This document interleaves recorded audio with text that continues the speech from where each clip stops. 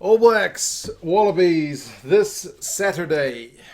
It's the final time we will see these two teams play in 2020. It took a long time for us to see any international rugby, and as someone mentioned in the comments, it's just like All Blacks against Australia back to back to back. I know we've had a bit of a break in between, but yeah, these guys have played a few games recently. A couple of them were just Bledisloe games. Last week's one was Bledisloe and Tri-Nations. This one's still technically Bledisloe, although the All Blacks have already wrapped that one up as of last week's big win. And it's still a test match, and it's still a Tri-Nations match, so by no means a dead rubber. In terms of the Tri-Nations, the All Blacks are 1-0, whereas the Wallabies have the opposite record. The Pumas are yet to get underway. I'll go over the lineups, the predictions, recent history. Some of it's very recent, and yeah, you guys can let me know your thoughts on how this one is going to go. Dave Rennie has pulled out a few selection changes. Some guys have felt the swing of his axe. I mean, I don't know whether it's just the axe is swinging or he's just rotating. Maybe some guys, after last week, mentally need a bit of a break. Some guys are injured. There's still no James O'Connor. He's not 100%. Alaalatoa is out injured. Other guys drop to the bench, and some lose their spot in the matchday 23 entirely. But, I mean, Dave Rennie's talked a lot about having to build this team up in terms of it being like a 4-year project. And after a 43-5 result, that's probably the line you need to go with. Although I think he's being truthful. A lot of these guys are young, man. A lot of debutants, guys in their very early 20s. So they're definitely going to need to build up in terms of international match experience. So he's got some more guys making their debuts. He's got Slipper, Paenga-Amosa, and Alaalatoa in the front row. That's the same as last week, and Slipper will get his 100th test cap, so congratulations to him. I think they said he's like the 13th guy to get that done for the Wallabies, so massive effort. For a while when he left the Reds, it looked like his career would pretty much be done, but he's really knuckled down, and yeah, he's back to being the James Slipper we all know and love. Rob Simmons jumps up from the bench with Alaalatoa being injured. He's alongside Slipper, the most experienced man in the squad, also in 3 digits in terms of caps. Matt Phillip continues on alongside him. Lachie Swinton has come into the 6th jersey, which means Ned Hanigan has to drop to the bench. And based on his jersey number and Liam Wright being on the bench as well, you would say Hanigan's probably there to cover Lock. So, yeah, Swinton is going to make his debut. Big, hard tackling guy, crash ball. That's pretty much what a bit of mongrel compared to what you would get with Hanigan, basically. So, a different style player.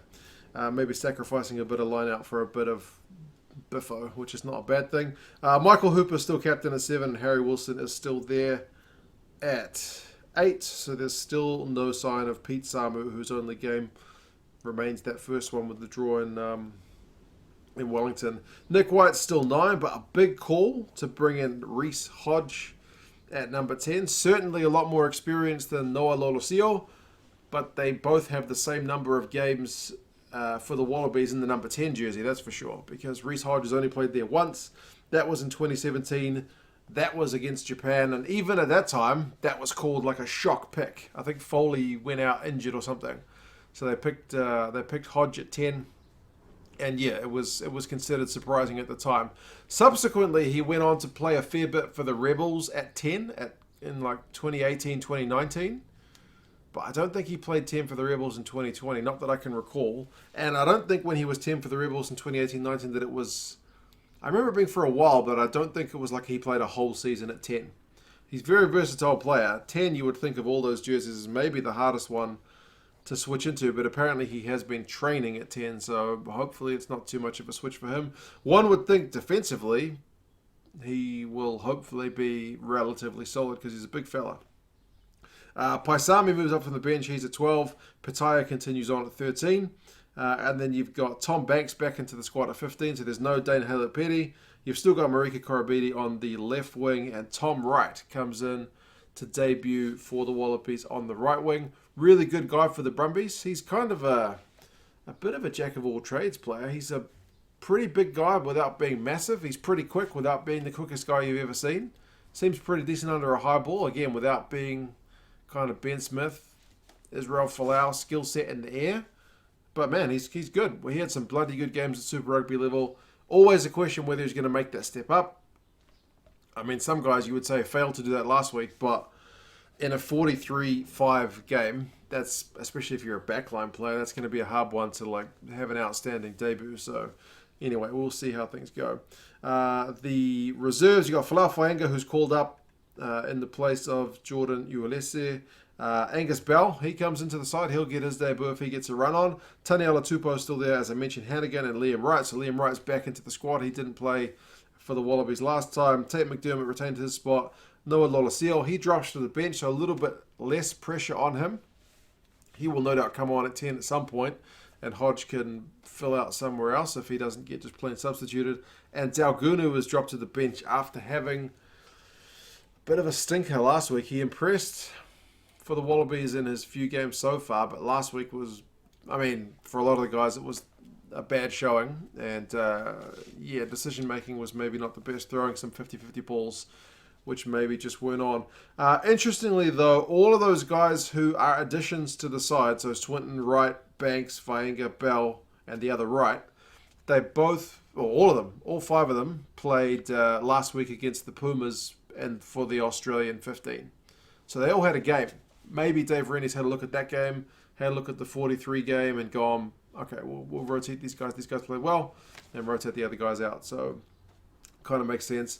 Guys who are dropped, Fraser McCrate drops out from the bench outside the 23. Sio is outside the 23. Simone is outside the 23. Uelese and, like I mentioned, Alaalatoa and Jock are injured. So a little bit of rotation for the Wallabies. For the All Blacks, also a bit of rotation. You get some guys to get their first cap, which is always good news. And I guess after last week with the Bledisloe locked up safe, Ian Foster's able to, I don't know, to freshen things up a bit, to rotate some guys, to give some guys a first game without maybe so much pressure. So I would think most All Blacks fans would be pretty happy with this team. He's got Tuungafasi, Taylor, and Tuungafasi as the front rowers. Taylor jumps up from the bench. Props are the same. Scott Barrett also jumps up from the bench to start at lock alongside Sam Whitelock. Tuipolotu has to drop to the bench, but that's not a bad thing because, a bit of rotation. Scott Barrett could use a start after riding the pine for a couple of weeks. Akira Iwani, he gets a start in the number 6 jersey. It's his test debut, man. It's technically his first game. He's played for the All Blacks before, but never in a test. I think he's played like a French Barbars team. Might have played one other. He's played for the Māori All Blacks. He's played sevens. First proper All Blacks test for him. So still technically a debut, I guess. So a bit of pressure on him, but he's had his best season for the Blues that I think we've ever seen. Really stepped things up. Sam Cane continues on at 7, so not tempted to rest him apparently. Maybe against Argentina, or maybe just keep playing him because he's the captain. Adi Savia back from his parental leave. He comes in at number 8. So it means Sotutu drops out of the 23. Papali'i likewise. So you thought maybe Papali'i would be one guy that would get a crack given the circumstances, but maybe like some other guys, he's being saved more for Argentina, but we will have to wait and see. Perenara gets a run at 9, so there's no Aaron Smith. Brad Weber gets his first run from the bench. Bodie's moved to 10. A lot of people will be happy about that after seeing him at fullback for a few weeks. Mo'unga drops out of the 23. He's getting a break. Laumape is at 12. A lot of All Blacks fans are going to be pretty happy about that. He didn't really get to make the impact we would have liked to have seen last week, I think, because the game was already won by the time he came on. So he didn't get that kind of moment where he ran somebody over to set up a try kind of thing. But hopefully he gets a good run in the 12 jersey. ALB is still there at 13. Reece comes into the side on the right wing. Akira Iwani is moved from the bench as kind of outside back and midfield cover to left wing. So his usual jersey from a couple of years ago anyway. And Geordie Barrett is moved to his more natural position at fullback. So yeah, a few changes. Almoa also is the hooker reserve with Dane Coles getting a break. So he'll also be another one who gets his test debut. Hodgman is still there. Lomax is still there. I mentioned Tupolotu already. Cullen Grace will also get his first cap when he comes on. D-Mac is there alongside Weber. And finally, Will Jordan gets his first cap, assuming he comes on. Because, man, that guy's been good for a long time. It's going to be very pleasing to finally see him in the black jersey. Also, Caleb Clark is another one who gets a rest, with Rico moving to the left wing. So, yeah, those are the sides. Bit of a gamble maybe by both sides. I think Foster's more able to make a gamble given the position he's in with the way the teams went last week. Probably Dave Rennie, as I mentioned, has probably seen something from the guys who just narrowly lost against that Argentinian team, and maybe rewarding some of those guys, taking the pressure off some of the guys who maybe didn't have their best outing last week. So, yeah, last week 43-5, not the best. 27-7 the week before Eden Park. Week before that, you know what I mean, there was a gap in between.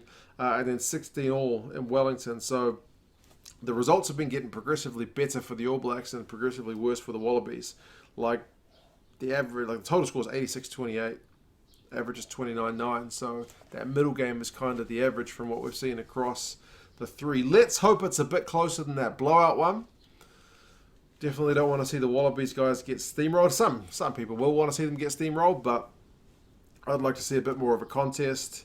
As I mentioned, the last five, I think last week was the same. All Blacks have won 3, Wallabies have won 1, and there's been a draw. Remember, 3 of those games are very recent ones.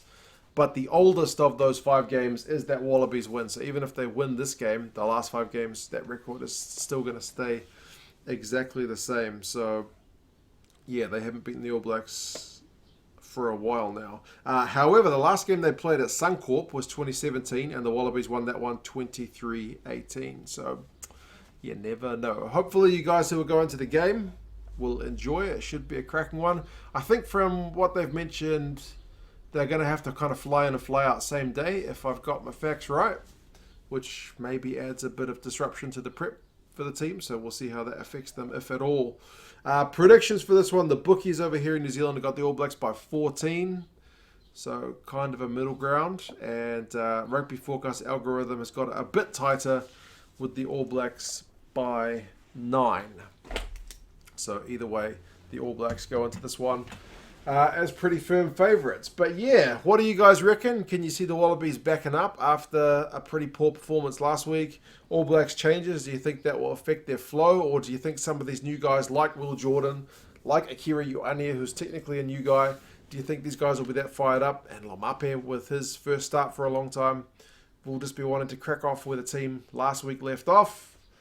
I don't know. You guys let me know your thoughts. If you haven't sorted how to watch the game, ESPN Plus is showing it. It's the cheapest option I know of, but if you're outside the States, you need a VPN. Show you how to use that in a second if you haven't sorted it out. But yeah, you guys let me know your thoughts, and I'll see you again soon. See you later. Right, guys, if you don't know how to watch the game, ESPN Plus is the one I recommend. $5.99 a month compared to most services is pretty cheap. If you're in the States, you're good as gold. Way you go, sign up. If you're outside the States, like myself, you need to be connected to a VPN. You can see here I'm connected to LA. So when I go to the site, espn.com/ESPN Plus, instead of getting an error message that the content's not available, I'm able to just access it as if I were in the States. Searching rugby, it will come up with all the rugby they've got listed. So the upcoming games, Wallabies, All Blacks, that's this weekend. And they've also got the Pro 14, which some people have mentioned in some areas has disappeared from Rugby Pass. Rugby Pass no longer has the rights.